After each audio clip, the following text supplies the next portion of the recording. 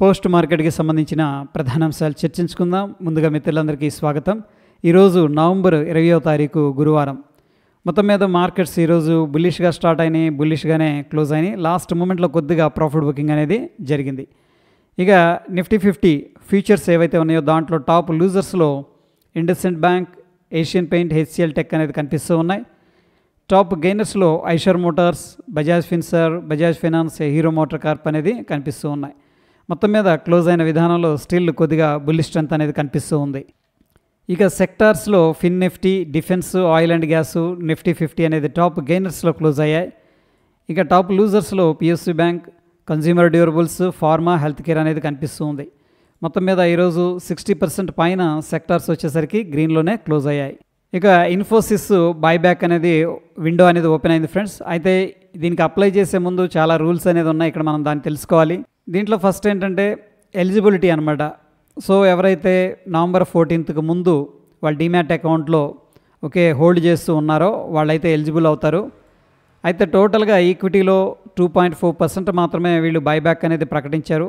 So apply చేసుకుంటే కూడా మనకి ఇది మోడెస్ట్ అనమాట, అంటే లీస్ట్ అని చెప్పలేము. ఎందుకంటే టోటల్గా ఉన్న వాల్యూలో 2.4% వీళ్ళు ఈ యొక్క బైబ్యాక్ ద్వారా చేయనున్నారనమాట. ఇక న్యూ ట్యాక్స్ రూల్స్ విషయానికి వచ్చేసరికి ప్రస్తుతానికి ఏంటంటే ఎవరైతే 30% స్లాబ్లో ఉంటారో ప్రాబ్లీ వాళ్ళకి పెద్దగా బెనిఫిట్ ఉండదు అనేది దీని యొక్క సారాంశం. నెక్స్ట్ వచ్చేసరికి ఒకవేళ మీరు ఓపెన్ మార్కెట్లో అంటే బైబ్యాక్ ద్వారా కాకుండా నార్మల్గా సేల్స్ అనేది చేయాలనుకున్నారనుకోండి, సో లాంగ్ టర్మ్ గెయిన్స్ అనేది ట్యాక్స్ ఉంది కదా, అది పడుతుంది. 12 months దాటితే మనం సేల్ చేస్తే 12.5% plus surcharge and cess percentage ఉంటుంది. దాని తర్వాత ఒకవేళ 1 year లోపు మనం ఎగ్జిట్ అయిపోతున్నాం అనుకోండి, షార్ట్ టర్మ్ గెయిన్స్ 20% అనేది పడటం జరుగుతుంది, irrespective of the salary slabs అనుకోవచ్చు లేదా ఇన్కమ్ స్లాబ్స్. ఇక section 87A rebate under old and new regime కూడా మనం కంపేర్ చేసుకోవాలి. కాస్ట్ అనేది డిడక్టబుల్ కాదనమాట, ఇది కూడా మనం చూసుకోవాలి. అండ్ వీళ్ళు ఏంటంటే టీడీఎస్ అనేది కూడా కట్ చేస్తారు, దాని తర్వాత లేటర్ అనేది వీళ్ళు రిటర్న్ చేయడం జరుగుతుంది. ద నెక్స్ట్ ఇంపార్టెంట్ థింగ్ ఏంటంటే ఇక్కడ ప్రమోటర్స్ అయితే పార్టిసిపేట్ చేయట్లేదు. సో ప్రస్తుతానికి మీరు స్మాల్ షేర్ హోల్డర్సా ఏ కేటగిరీ కింద వస్తారనేది కూడా మనం చెక్ చేసుకోవచ్చు. ఎందుకంటే 2 lakh లోపు వర్త్ ఉన్న షేర్స్ మనం అప్లై చేసుకుంటే స్మాల్ షేర్ హోల్డర్స్ కిందకి రావడం అనేది జరుగుతుంది. సో ఇది ఫ్రెండ్స్, బైబ్యాక్కి అప్లై చేసే ముందు మనం తెలుసుకోవాల్సిన కొన్ని ఇంపార్టెంట్ అప్డేట్స్. గ్రో ఈ యొక్క షేర్స్ ఈరోజు కూడా లాస్లో అయితే క్లోజ్ అయ్యాయి. నిన్న కూడా 10% లోవర్ సర్క్యూట్లో క్లోజ్ అయింది. అగైన్ ఈరోజు కూడా ఇంట్రాడేలో 9% దాకా నెగిటివ్గా క్లోజ్ అయింది. ఇక ఫారిన్ పోర్ట్ఫోలియో ఇన్వెస్టర్స్ వాళ్ళ యొక్క హోల్డింగ్స్ అనేది 14 months హైలో అయితే ట్రేడ్ అవుతూ ఉన్నాయి. ఎనీహౌ ప్రస్తుతం మార్కెట్స్ అయితే రెసిలియంట్గా ముందుకెళ్తున్నాయి. జైడస్ లైఫ్ సైన్సెస్, ఇది ప్రీవియస్గా Cadila health care I guess. So అయితే వీళ్ళు 3 ఇన్వెస్ట్మెంట్ బ్యాంకర్స్ని సెలెక్ట్ చేసుకుంది. ప్రస్తుతానికి 5,000 కోట్ల రూపాయల క్వాలిఫైడ్ ఇన్స్టిట్యూషన్ ప్లేస్మెంట్స్ ద్వారా క్యాపిటల్ అనేది అంటే ఫండ్ అనేది రైజ్ చేయబోతూ ఉందన్నమాట. దీన్ని మనం లాంగ్ టర్మ్లో పాజిటివ్గా అయితే కన్సిడర్ చేసుకోవచ్చు. బయోకాన్ షేర్స్ వచ్చేసరికి 5% దాకా పడిపోవడం అనేది జరిగింది, ఎందుకంటే సిటీ దీన్ని డౌన్గ్రేడ్ చేసిందనమాట. సో అందుకని స్టాక్ అనేది అండర్ ప్రెషర్లోకి వెళ్ళిపోయింది. సో సిటీ వచ్చేసరికి దీన్ని డబుల్ డౌన్గ్రేడింగ్ చేసింది. ప్రస్తుతం దీని యొక్క టార్గెట్ ప్రైస్ 360 రూపాయలు, ప్రీవియస్గా 430 రూపాయలు అని చెప్పేసి చెప్పింది. సో అందుకని ప్రస్తుతం ఏంటంటే స్టాక్ అనేది అండర్ ప్రెషర్లో ట్రేడ్ అవుతూ ఉంది. అయితే ఆప్షన్స్ ట్రేడ్ చేసే వాళ్ళకి ఇది ఒక బ్యాడ్ న్యూస్ అని చెప్పేసి చెప్పుకోవచ్చు. ఎందుకంటే సెబీ ప్రస్తుతం క్యాలెండర్ స్ప్రెడ్ బెనిఫిట్ అనే దాన్ని తీసేస్తుంది. అంటే ఫ్రెండ్స్, కరెంట్ మంత్ ఈ యొక్క కాంట్రాక్ట్ని మనం ఏం చేస్తామంటే సెల్ చేసి నెక్స్ట్ మంత్ కాంట్రాక్ట్ని బై చేస్తాం సేమ్ ఇన్స్ట్రుమెంట్కి. దీనివల్ల మార్జిన్ బెనిఫిట్ అనేది రావడం జరుగుతుంది. అయితే దీన్ని క్యాలెండర్ స్ప్రెడ్ అంటాం. అయితే ఈ మార్జిన్ బెనిఫిట్ అనేది మనకి ఇంకా తీసేస్తున్నారనమాట. అంటే మనం క్యాలెండర్ స్ప్రెడ్ తీసుకున్నప్పుడు కూడా మార్జిన్ బెనిఫిట్ అనేది రాదు. సో ఎనీహౌ ఇన్వెస్టర్స్కి ఆప్షన్స్ డెరివేటివ్ చేసే వాళ్ళకైతే డెఫినెట్గా ఇది డెంట్ అని చెప్పేసి చెప్పొచ్చు. పైన్ ల్యాబ్ షేర్స్ వచ్చేసరికి 3% దాకా ఈరోజు నెగిటివ్లో ట్రేడ్ అయ్యాయి. కారణం ఏంటంటే ఎంకే గ్లోబల్ వాళ్ళు దీని మీద నెగిటివ్ కవరేజ్ ఇచ్చారనమాట.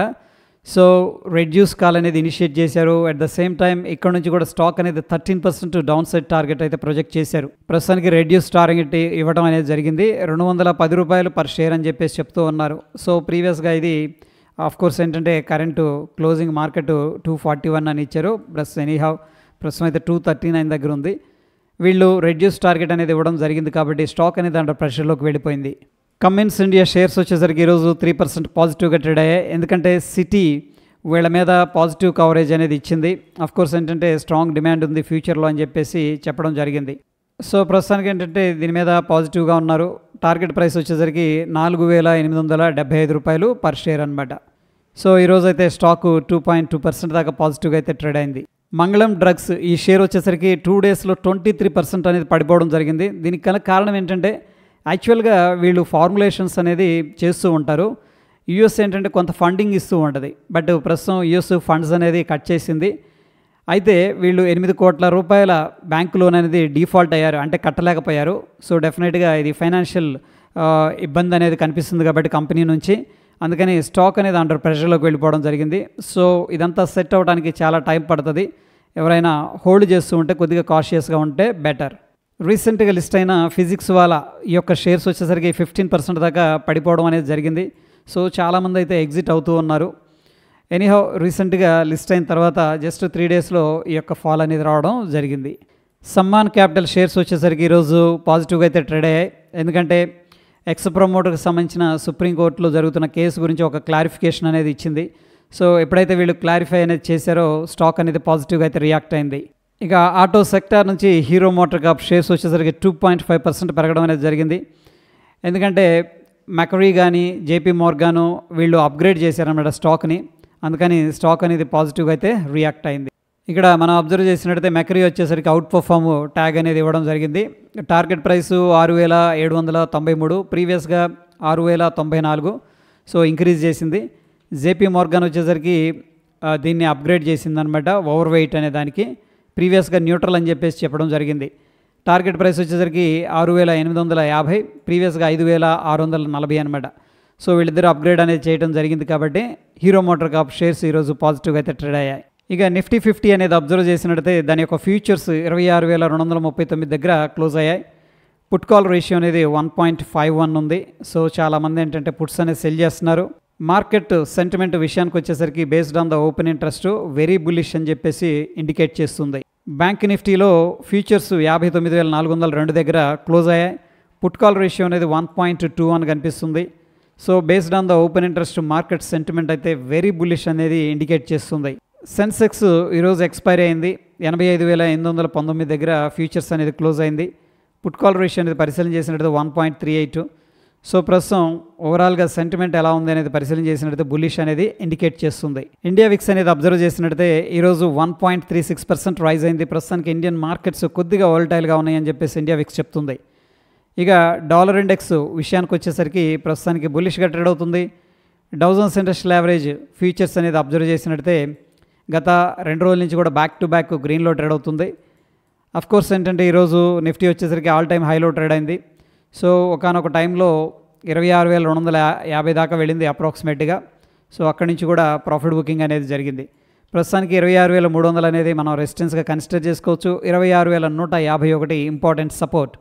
బ్యాంక్ నిఫ్టీ విషయానికి వచ్చేసరికి 58,967 ఇంపార్టెంట్ సపోర్ట్, 60,000 అనేది ఇంపార్టెంట్ రెసిస్టెన్స్.